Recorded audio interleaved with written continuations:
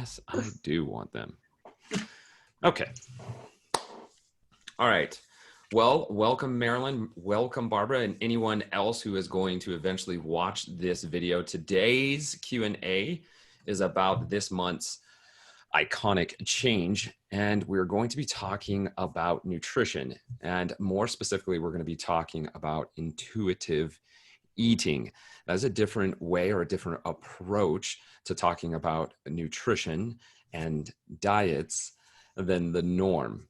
And that's due to the fact that we need to be in tune with what we're doing, not only when we are at the gym, not only when we are with other people in our life, but also, of course, when we are eating. It's important that we are present in all the things that we do. So, my question to the people that are live with us is, did you do any of the journal prompts? And if so, was there any that stuck out? And it's okay if you didn't do any. I looked at those briefly and I hadn't answered them while I was thinking about them, and I haven't done it yet. So okay. I did. So I actually filled a few of them out yesterday, I think it was. Mm-hmm. And nothing is sticking out. Nothing is really sticking out to me. I don't know. To me, it's like so far kind of common sense-ish. I guess like nothing was, just, I don't know. I know it's not common sense, but it is to me. Yeah. Like what do you believe? Do you have strong beliefs or rules around food? Yes and no. So I wouldn't necessarily say like rules, but I always try to eat healthy. And to me, healthy basically means not processed. So that's always my goal or my intention is to eat more natural or non-packaged foods. Mm-hmm. It's not perfect all the time, but that's kind of what I try to go by. I don't so much get mad at people, but I was in Costco the other day and I was almost mad at Costco because it is so hard to walk through that store and not buy any of their junk food. Maybe it was Sam's Club. There's just so many pastries and Christmas candy, this and that. And I'm like, I'm struggling with this, and I almost made mad. Because I'm like, you're killing people with all this crap, it's irresistible. Is it though? Yes, for me. Oh, okay. So you end up buying a bunch of muffins and cakes and... I didn't buy anything. I just look at it and then sometimes I smell it and then I walk away. So it's resistible then, yes? Yeah, but it's very, very hard. Okay. Yeah, but you made the decision, right? And so there are, and this is so interesting to talk to people about rules, right? People are like, don't confine me with rules, right? But rules it's not that we can't break rules. We do it all the time. Do you drive 60? Let me ask you this, and I can almost answer to the both of you. Do you drive at 65 miles an hour everywhere you go? No. Barbara? I'm sorry, my phone was ringing in my ear and I just turned it off. I'm sorry. What did you ask me? Do you drive the speed limit all the time? Joel. Trust me, if you heard what I said beforehand, you knew that I already had the answer. You knew I already had the answer. Okay. Barbara, I've seen you on two wheels coming around the corner to come to one of our training sessions. Yeah. Lighten those tires up. I bought new tires and they're expensive. So I've been trying to drive the speed limit everywhere. Or did you buy new tires so that you had better grip around the corners? Well, no, I bought new tires just because they wore out so fast. The guy told me, he goes, this is typically what we see with a teenager driving. I went, oh my. That's amazing. That's amazing. So my point to that is that the rule, and for the most part, you follow it, right? For the most part, you don't want to be driving 95 in a 25 mile an hour zone. You know that you shouldn't be doing that, right? Right. And some rules we stick harder to than others. If you've ever gotten in an accident or, you saw it, or maybe a family member got hit by a car or something like that, your rule all of a sudden becomes very strong, right? It's like, no, no, no. I've seen what breaking this rule does, and I will not break this rule. This rule is not going to happen anymore. We can have those same beliefs and or rules behind it. And, you know, Marilyn, you just explained it. I don't buy processed foods. Is that a true statement for you? Knowing that No. rules can be broken. Knowing that rules can be broken. Yeah, that's the goal, but no, I break the rule sometimes. Okay, again, coming back, let's try it again. Marilyn, you do not buy processed foods. I am not the type of person that buys processed foods. Knowing that rules can be broken. Is that a true statement? Yes. There you go. And the importance of being able to say those rules, right, is to be able to affirm with ourselves, this is something that I do and I believe in. If we are looking that it is only black or white, green light or red light, we are missing intuitive eating. We are missing the practice of our nutrition. Because how do you feel then when you buy a bag full of Cheetos and hammer it on your way home? Do you feel great about yourself, or are you beating yourself up? I'm beating yourself up. Correct. Because you are putting a red light or a green light on those Cheetos instead of the practice of how we eat. And so by establishing some rules that are best practices for you, then we can create these boundaries and have a better practice. Does that make sense? Mm-hmm. Okay. You follow me there, Barbara? Yeah, Okay. I'm right there with Marilyn. We don't eat processed food. I try not to buy it. And don't generally buy it at all. Yep. Except once in a while. In fact, I ate a bag of Cheetos on the way down to California. And how good was it? It was very good. Yes. I haven't eaten it in forever. And of course, I had my son with me who, Yeah, you can eat all that.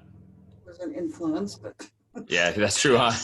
Yeah, did you have some like Monster energy drinks too while you were driving that car, or what? no, he doesn't do that. He doesn't? He's very good about his diet. He doesn't eat processed food generally. He's very good. Yeah. And so my point to that, and Marilyn, did you hear kind of how Barbara was speaking about the processed foods too? Mm-hmm. Right? It's like you guys don't want to say like, hey, this is who I am. I don't eat processed foods. It doesn't mean that we don't break the rules, right? You are not reckless drivers, right? You tend to drive fast every once in a while. There's a big difference.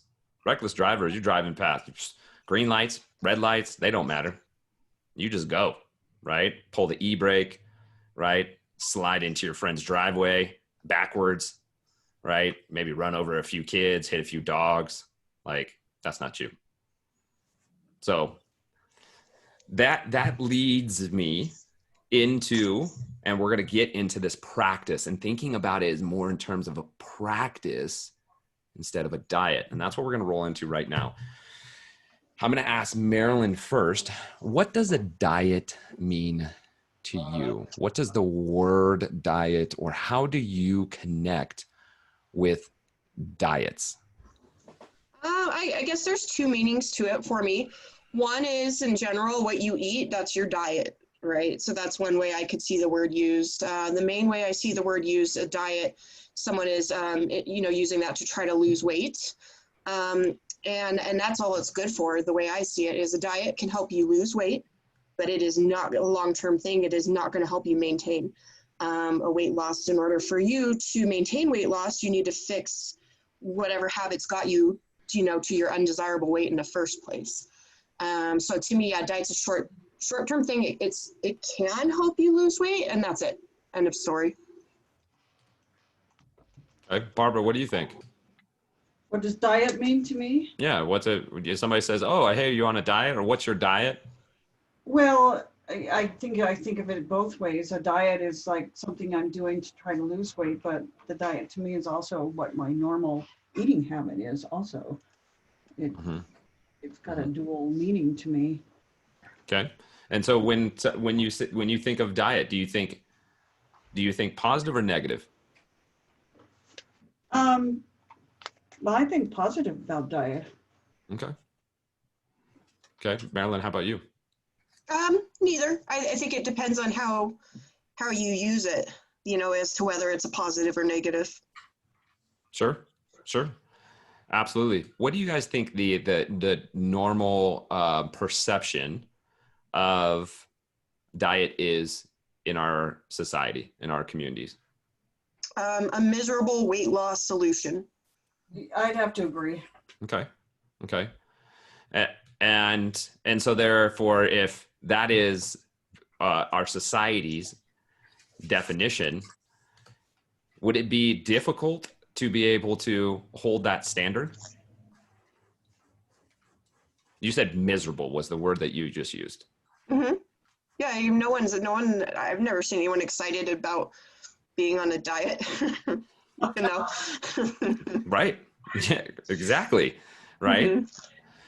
Did you know that the diet industry is a $70 billion industry? Believe it. Barbara, believe it. Barbara, do you believe that? I do. Why do you think it's $70 billion? Let's take a stab at it. Why, how are they making so? What's that? Nobody has good diet practices, so they swing one way and swing the other and swing one way, and they don't have a standard diet, so to speak, of a daily habitual way to eat. They go off the wagon and have to go back on it, that type of thing. Marilyn? Yeah, I mean, I think first of all, almost everyone, it seems, has some sort of weight problem, right? Like nobody is happy with their weight, whether they're too big or too skinny or obese or whatever the story. So you have that. Second of all, people are so misinformed. I mean, I feel like even the government, what they advise you to eat is not good, not appropriate. People just, they don't know. And, we're obviously easily swayed or tricked into things, and we just want that we want that perfect body or that whatever percent body fat, and you see this, so, oh, just do this for 12 weeks and you'll get there. And it just sucks people in. It's like, it's their hope. Mm-hmm. Mm-hmm. Yeah. I have to say though, but I'm sitting here with both of you that don't really need to go on a diet. You guys have wonderful bodies. Oh, look at Barbara. Go ahead. You can go ahead. We just kidding. That's probably a big no. I'm not in there with you, but I will be someday. Mm-hmm. Mm-hmm.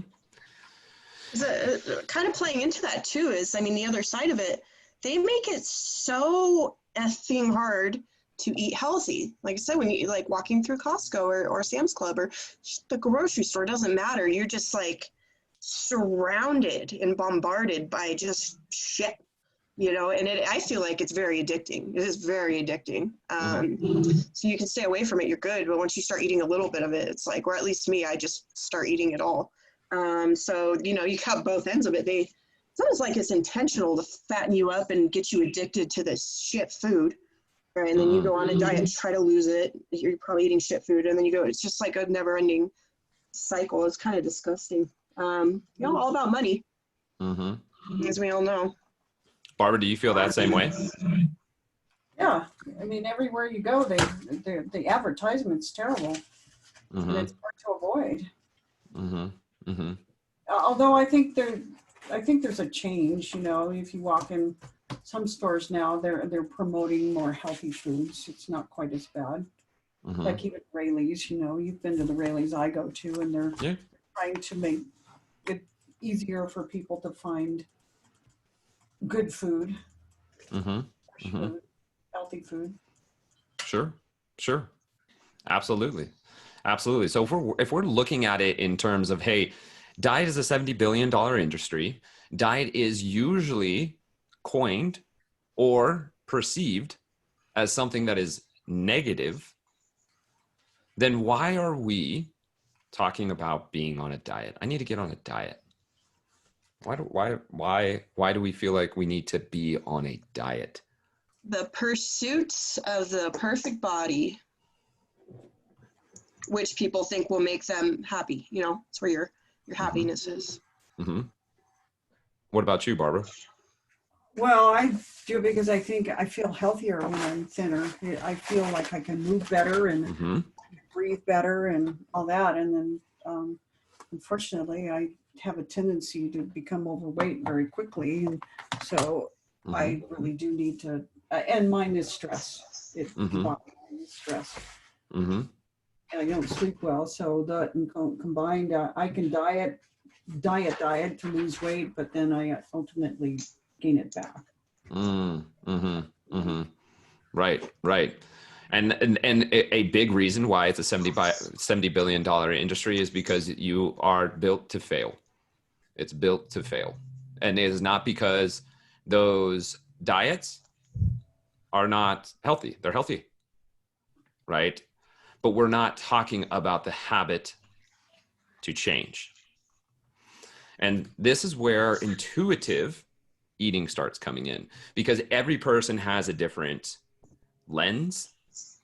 Because Marilyn, when I go into Costco, I don't feel the same way. I don't feel the same way as you do. I don't see as like temptations. I don't see, you know what I look for? My lens? Green. I look for green. Do you know why I'm looking for green? Because that's good for you. The green is organic. All the signs in Costco are green. They're organic. That's what I'm looking for. My lens is different, right? Because my experiences are different than yours, are different than Barbara's. So for me to say, let me put you on a diet is actually disabling you and saying, let me give you the fish instead of teaching you how to fish. Because teaching you how to fish, do you get, and Barbara, you can attest to this, first time you started fly fishing, did you get 3 fish right out the gate? Or were you even able to throw the fly out into the water? It was just, no, you're lucky to get a fish at all. Right? Right? And so we have to actually learn how to fish, but we don't want that. We want the instant gratification. We don't want to actually invest into the practice of us eating. We must practice to become a better fly fisher. We must practice to be a better athlete. We must practice to be a better human being.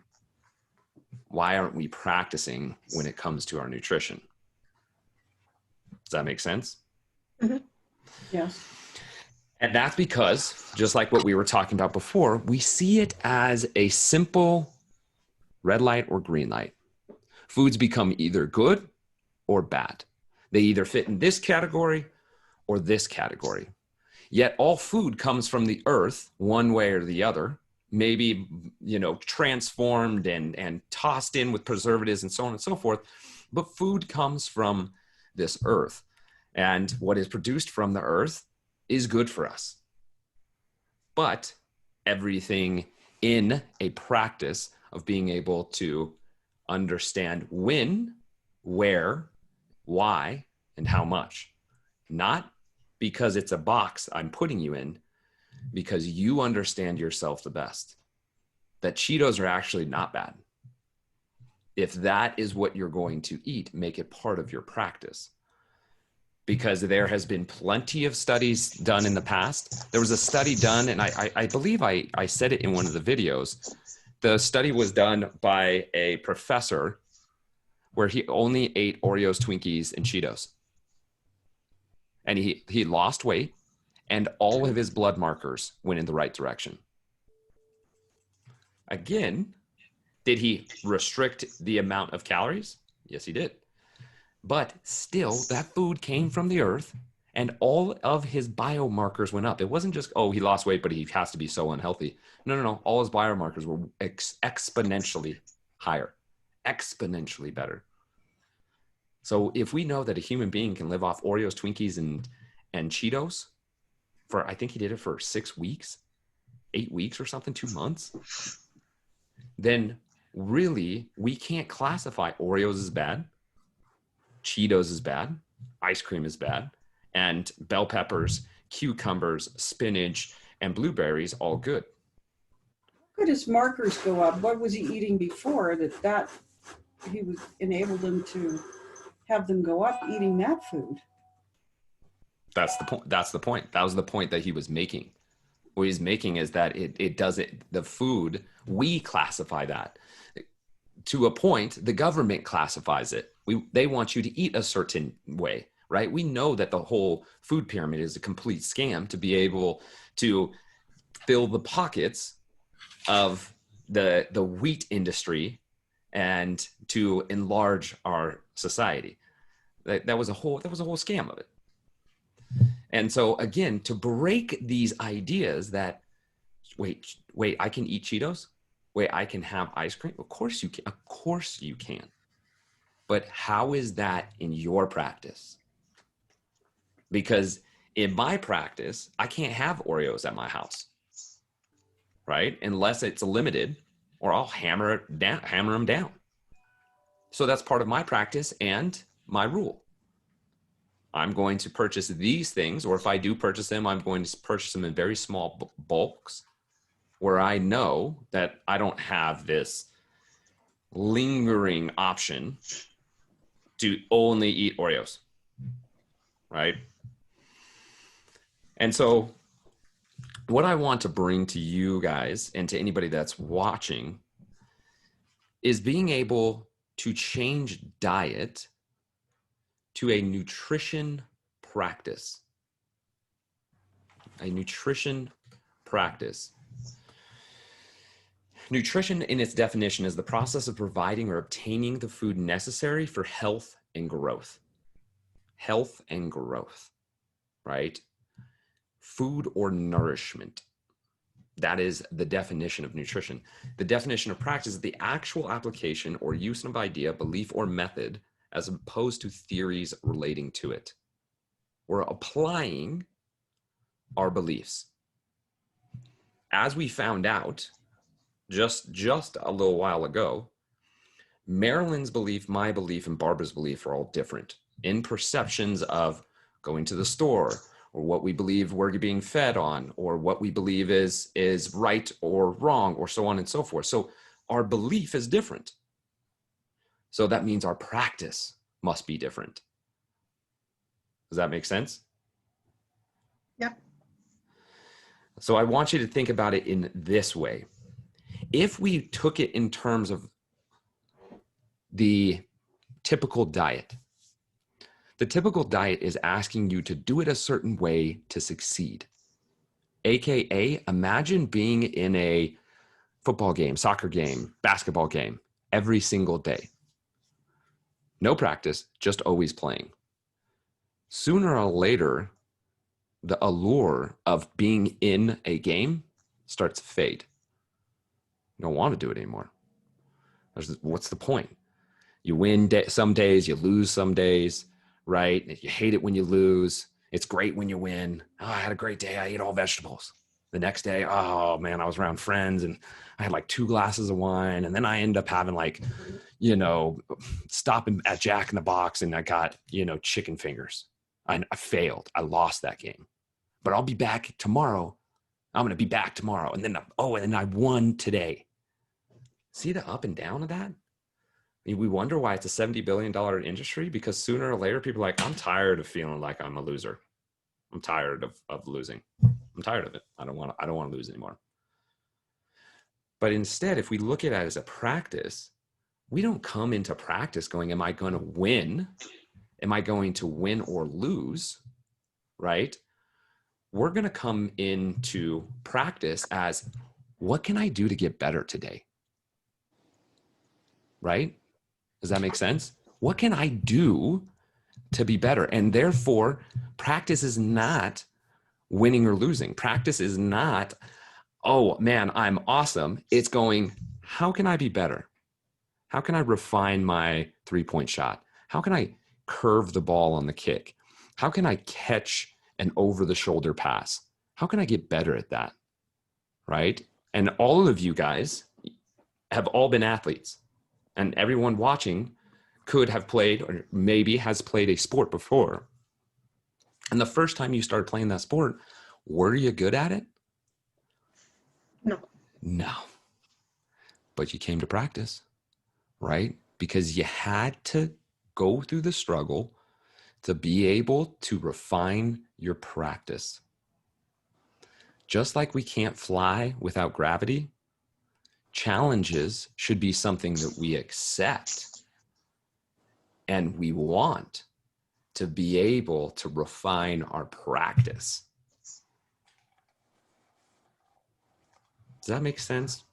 Mm-hmm. So that is the point of this month, is to start detaching ourselves from this right or wrong way to do it, and to be able to start thinking of it as a practice. Every day we get the opportunity to learn just a little bit more about our practice, not right or wrong, but being able to have Cheetos on your way to California and be able to understand, how did that feel? What did it do to your body? Did you eat it slow and enjoy each textural bite of the Cheeto? Did it become enjoyable then?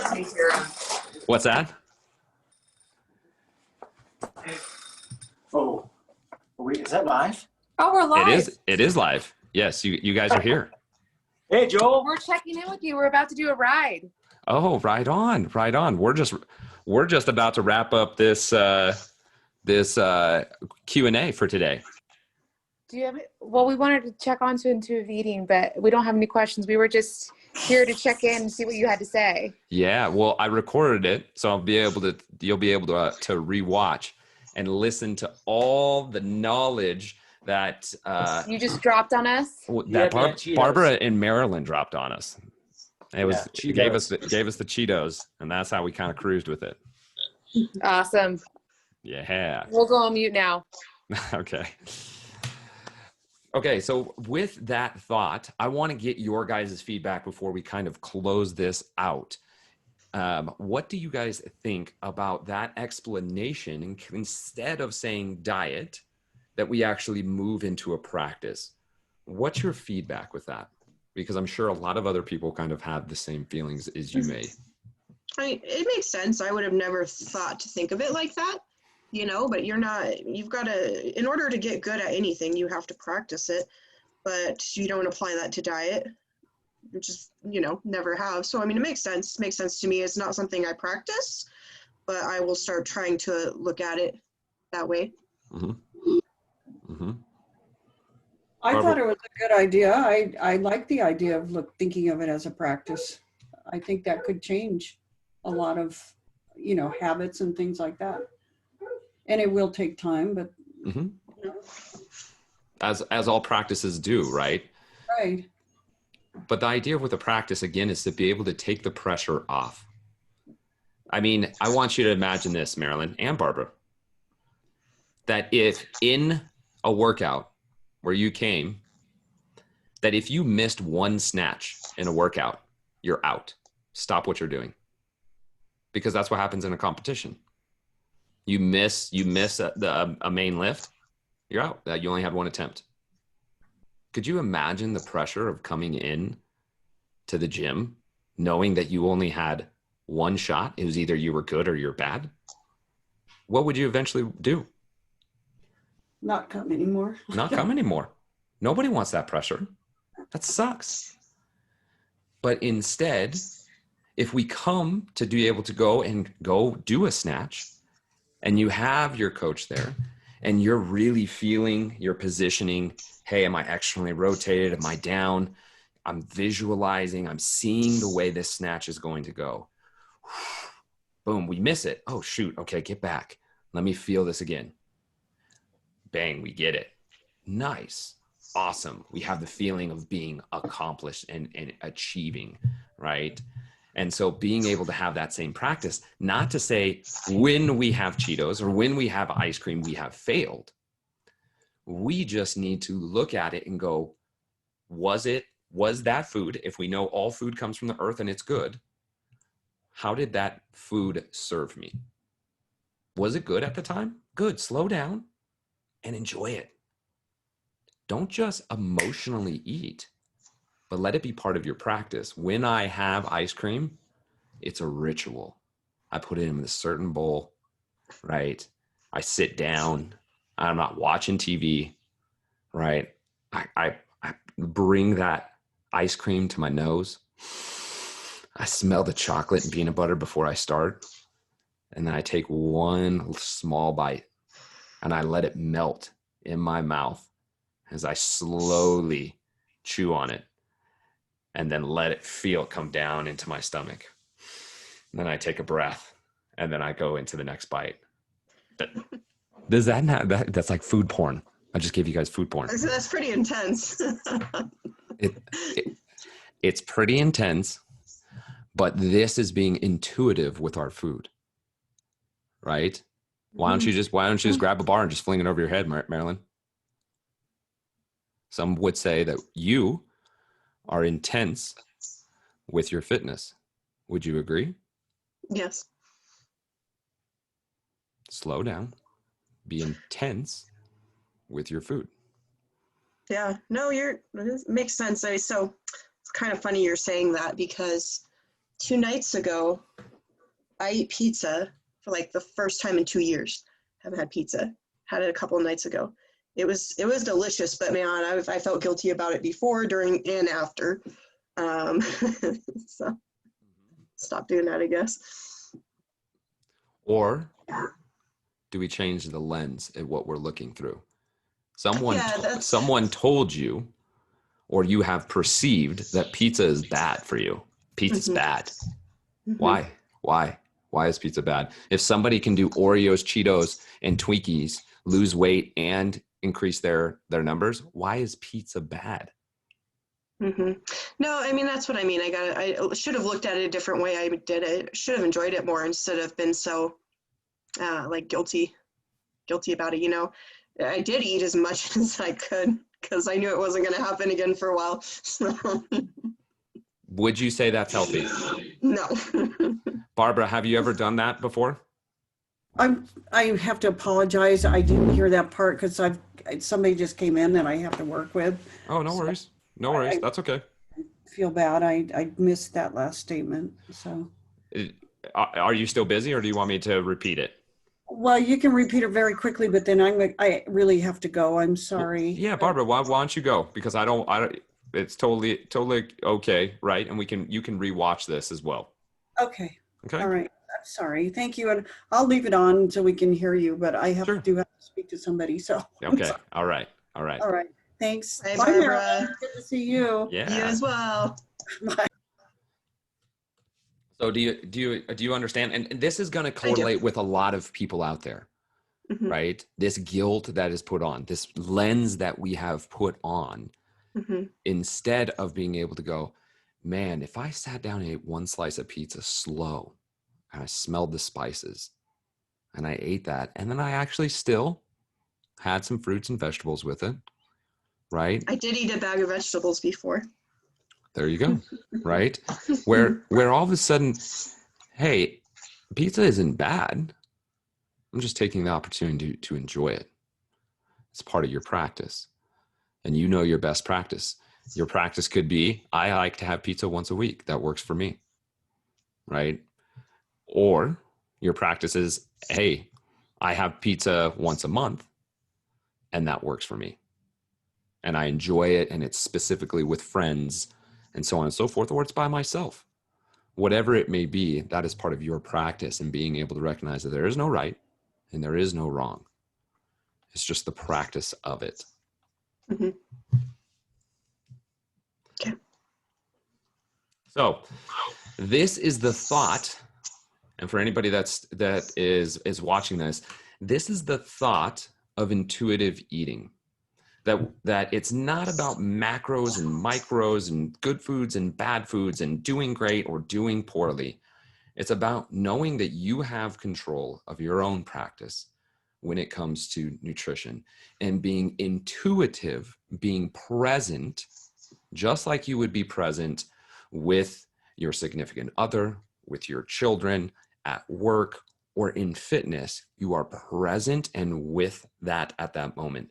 Don't allow your nutrition to be something that you are not present in, because it gives us the source of life, and all food comes from the earth. So therefore, it is a good thing. It is a good thing. So that is it. What'd you think, Marilyn? That's good. It's good. I learned something. So something to start practicing. There you go. I didn't even pay her to say that, you guys. Not yet. Yeah, not yet. All right, you guys. Next week, we will be doing another Q&A. It's going to be the same time, 12:30. If you guys are watching this, feel free to be able to jump back in. We'd love to have you next week. Marilyn, thank you so much for hanging out. Barbara, thank you so much as well for being here. I hope to see you guys next week. And of course, if you have any questions, feel free to reach out to me. Or if you're seeing this on YouTube, feel free to reach out to me, joel@iconfitness.com. That's IKON. All right, Marilyn, until our next time, I hope you have a splendid day. And Barbara, if you can still hear us, I hope you have a wonderful day as well. You too. Thank you, Joel. Bye. Bye.